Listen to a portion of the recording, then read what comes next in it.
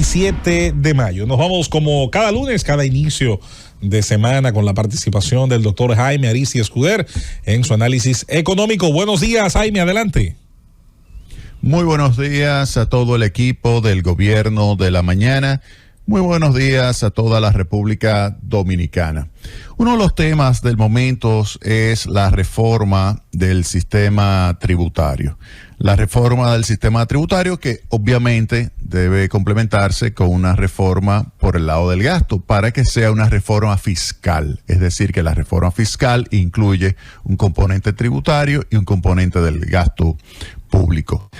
Ahora mismo se está debatiendo si es necesario una reforma tributaria, si es necesario, por ejemplo, llevar a cabo una reforma tributaria para elevar las recaudaciones, y se pone sobre la mesa el déficit público que se ha registrado en los últimos 20 años como promedio. Si uno toma el promedio de ese déficit público, está alrededor del 3% del Producto Interno Bruto. Cuando hablo del sector público, hablo del sector público no financiero, es decir, que estoy dejando fuera lo que es el déficit cuasi fiscal, que ese es otro tema que habría que abordar.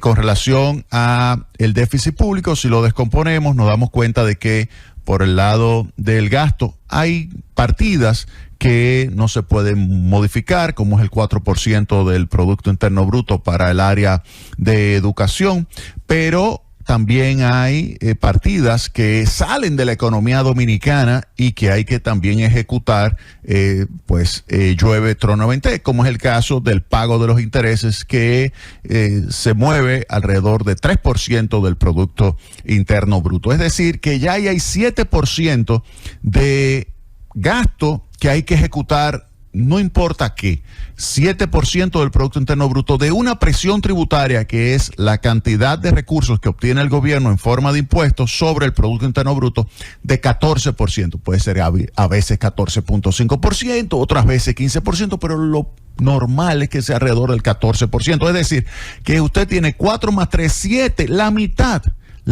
ya comprometida. Si a eso le añadimos otras partidas que también están comprometidas, usted se da cuenta de que prácticamente la totalidad de la presión tributaria está comprometida. Es decir, nosotros tenemos 14 de presión tributaria y se está gastando alrededor de 17, 18% del PIB, y el déficit, por lo tanto, se mueve en 3.5%. Entonces, ante esa situación, se pone sobre la mesa la necesidad de hacer una reforma tributaria. Ahora, lo que hay que ver es que esta victoria del presidente Luis Abinader permitirá la reforma tributaria, con buena comunicación con la oposición, con buena comunicación con el pueblo dominicano y voluntad política, será posible aprobar y ejecutar una reforma tributaria que mejore el sistema impositivo actual. Ese debe ser el principal, digamos, logro de esto.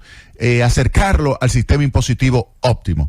La reforma tributaria que se ejecute debe ejecutarse de manera que vaya acercando el sistema impositivo actual que existente de la República Dominicana hacia el sistema óptimo. Entonces, ante la necesidad de incrementar el gasto social, educación, salud, asistencia social, todo lo que es el área social de aporte hacia los segmentos más pobres, ante la necesidad de incrementar ese gasto social, pero también ante la necesidad de elevar la inversión pública. La inversión pública se encuentra en los niveles más bajos a nivel histórico, en el entorno del 2% del Producto Interno Bruto, 2.1, 2.2% del Producto Interno Bruto. No es suficiente para empujar hacia adelante la economía dominicana al ritmo que se requiere para mantener un potencial del 5% o más de crecimiento. En consecuencia, se necesita elevar la inversión pública más allá de lo que hemos tenido de inversión en los últimos años, de alrededor del 2%. Recuerden, el general Trujillo por encima de un 8% del Producto Interno Bruto, el presidente Balaguer por encima del 7% del Producto Interno Bruto,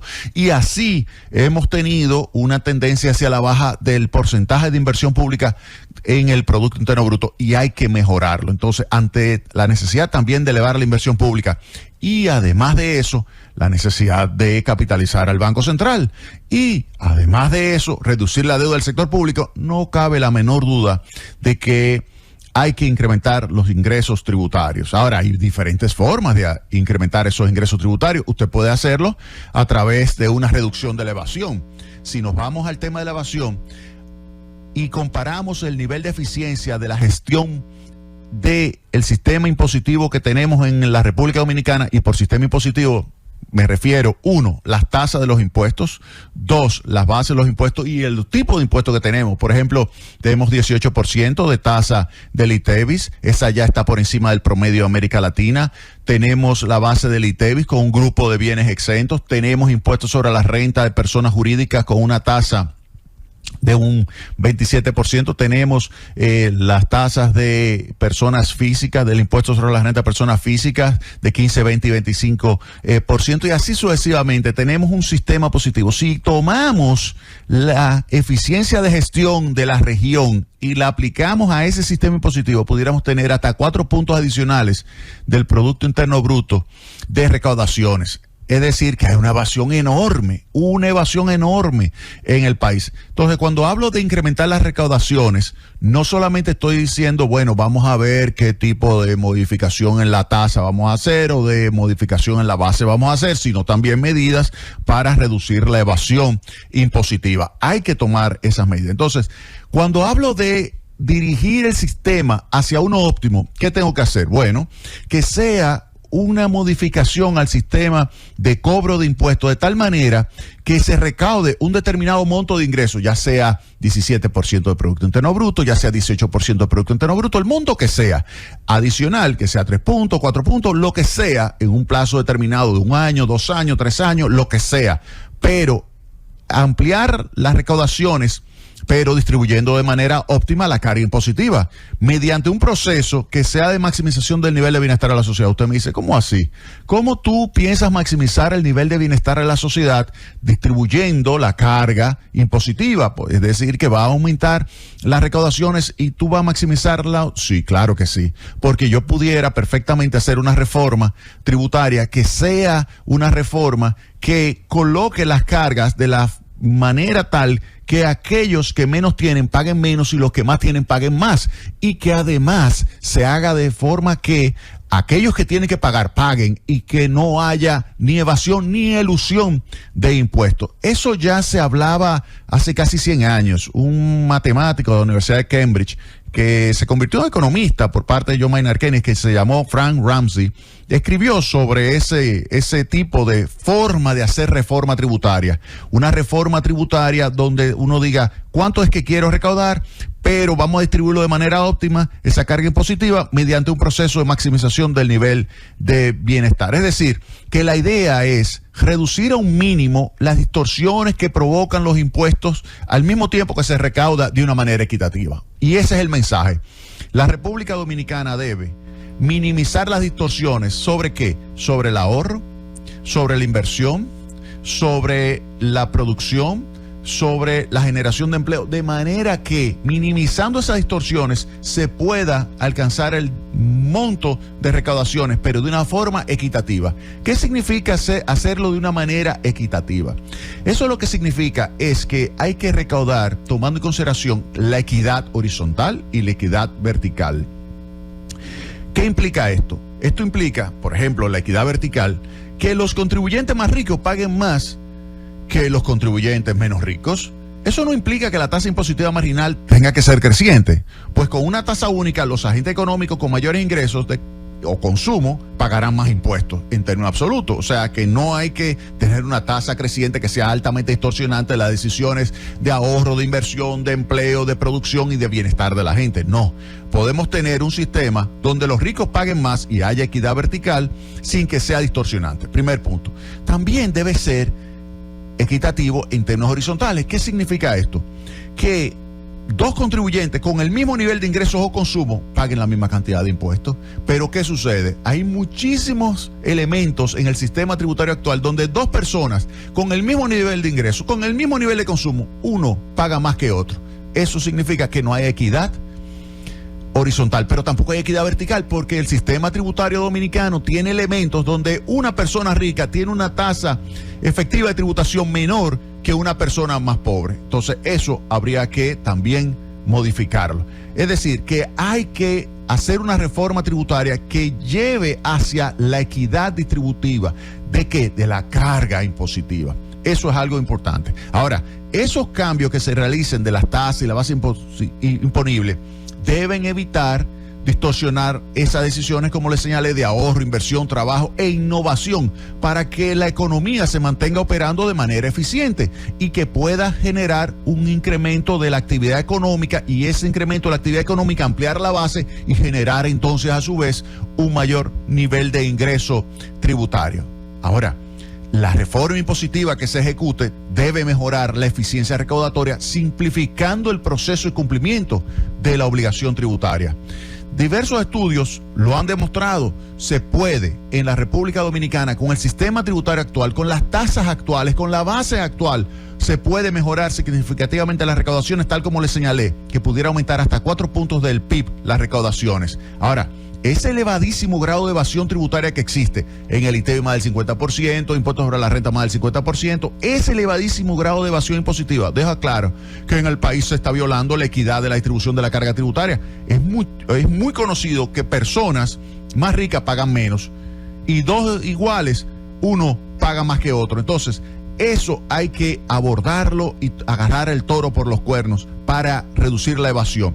Ahora, eso lo hace que el sistema tributario actual sea sumamente injusto. Entonces, otro tema que hay que poner sobre la mesa, las exenciones tributarias que benefician a determinados sectores productivos. Se debe realizar un análisis costo-beneficio para determinar cuáles exenciones han cumplido ya su objetivo, es decir, que han promovido las inversiones en una determinada área, que ya no es necesario más, y sencillamente, bueno, vamos a eliminarlas. O también que no han cumplido, es decir, existen las exenciones, pero no se ha logrado nada, también entonces hay que eliminarlas. Ahora, exenciones que puedan generar, en base a ese análisis costo-beneficio, un aporte significativo al nivel de desarrollo económico y social de la nación, no se deben eliminar. Eso hay que ponerlo también sobre la mesa. Ahora, el objetivo de las autoridades que van a estar responsabilizadas, encargadas del diseño y ejecución de esa reforma tributaria, debe ser cada vez más acercarlo hacia el óptimo, hacia el mejor sistema tributario posible. Y eso debe de acompañarse, sin lugar a dudas, de la simplificación del sistema para que haya un mayor cumplimiento, que las personas se sientan que deben cumplir y que pueden cumplir y que tienen que cumplir el pago de sus impuestos. Se reduce de esa manera la evasión y al mismo tiempo tomar medidas para mejorar la equidad y minimizar el impacto negativo sobre los segmentos más pobres. Y ahí hay que poner sobre la mesa el establecimiento de un programa de transferencias compensatorias. Por ejemplo, si yo amplío la base y esa base incluye bienes de segmentos de población más pobres, hay que compensarlos. Hay que compensarlos mediante un mecanismo que puede ser transferencias directas, no distorsionantes, que le ayude a esas personas más pobres del país, pues poder enfrentar los mayores niveles de precios que se van a generar cuando se establezca impuestos. Y con relación a mayores niveles de precios, aquí debo señalar lo siguiente. Hay que incluir, junto con la reforma tributaria, medidas que analicen las condiciones de mercado para evitar que haya condiciones de mercado oligopólicas o monopólicas que profundicen el impacto sobre los precios de los aumentos de los impuestos. Por ejemplo, si yo establezco un impuesto y existe una condición en ese mercado, sea oligopólica o monopólica, pues los aumentos de precios van a ser más que proporcionales que el aumento de los impuestos. Eso ya ha sucedido. Sucedió en la reforma de 1992, lo recuerdo muy bien porque me tocó en ese momento hacer los cálculos de ese impacto, pero lo he visto en otras reformas que se ejecutaron en los primeros años de la década del 10 de este siglo, y se vio claramente también cómo se incrementaron más que proporcionalmente los precios ante los movimientos de las tasas impositivas. Y ante esa situación, las autoridades deben hacer un análisis de las condiciones de mercado para evitar que los incrementos de precios sean más que proporcionales a los incrementos de las tasas impositivas. De esa manera se protege ¿a quién? A los segmentos de población más pobres y a la clase media. La clase media que hay que apoyarla también. La clase media hay que tomarla en cuenta. La clase media es la que menos recibe en términos de beneficio de parte del Estado, porque tiene que suplirse sus propios servicios de educación, salud e incluso seguridad mientras que los otros, la clase más pobre, recibe educación, salud pública, y los ricos muchas veces reciben exenciones supermillonarias en sus empresas que hace que el sistema sea sumamente injusto. Entonces, por último, yo voy a recomendar que se cuantifique a nivel de hogar, oigan bien, a nivel de hogar, cada una de las medidas tributarias y de transferencias compensatorias que ya he señalado que hay que poner en marcha, utilizando metodología de microsimulaciones. El Ministerio de Economía las conoce muy bien. El ministro de Economía, Paveliza, las conoce muy bien, esa metodología de microsimulaciones que de la profesora Nora Lustig, que desarrolló el Instituto Compromiso con la Equidad, que ella fundó. Ella es de la Universidad de Tulane. Yo creo que eso se puede aplicar al país. Hay gran experiencia para otros países, incluso para la República Dominicana. Hace ya 10 años se aplicó y luego se actualizó en el año 2020. Les recomiendo a las autoridades que cualquier medida impositiva y de transferencias que se adopte sea evaluado su impacto a nivel de hogar. Oigan bien, a nivel de hogar le permitirá, por decil de ingresos, verificar cuál es el impacto y medir el efecto que va a tener cada una de esas medidas sobre el grado de equidad, es decir, si es regresiva o es progresiva, si perjudica a los pobres o no lo perjudica, si beneficia más a los ricos o no. Eso por un lado, pero además, cuando se hace el análisis de la reforma, tiene que verificarse claramente, y aquí necesitamos personas expertas en microeconomía que hagan un análisis profundo de cuál es el impacto sobre las decisiones de los agentes económicos en materia de ahorro, inversión, empleo e innovación, porque eso es fundamental para determinar el impacto sobre el crecimiento de la economía, que al final de cuentas es la principal variable que explica el crecimiento de las recaudaciones, porque al incrementarse el ingreso de todos los agentes económicos, al incrementarse el Producto Interno Bruto, aumentan las recaudaciones también. Y al mismo tiempo, ese incremento de los ingresos es la principal variable que explica la reducción de la incidencia de la pobreza y del aumento del bienestar en la República Dominicana. ¡Llévatelo, Cundo!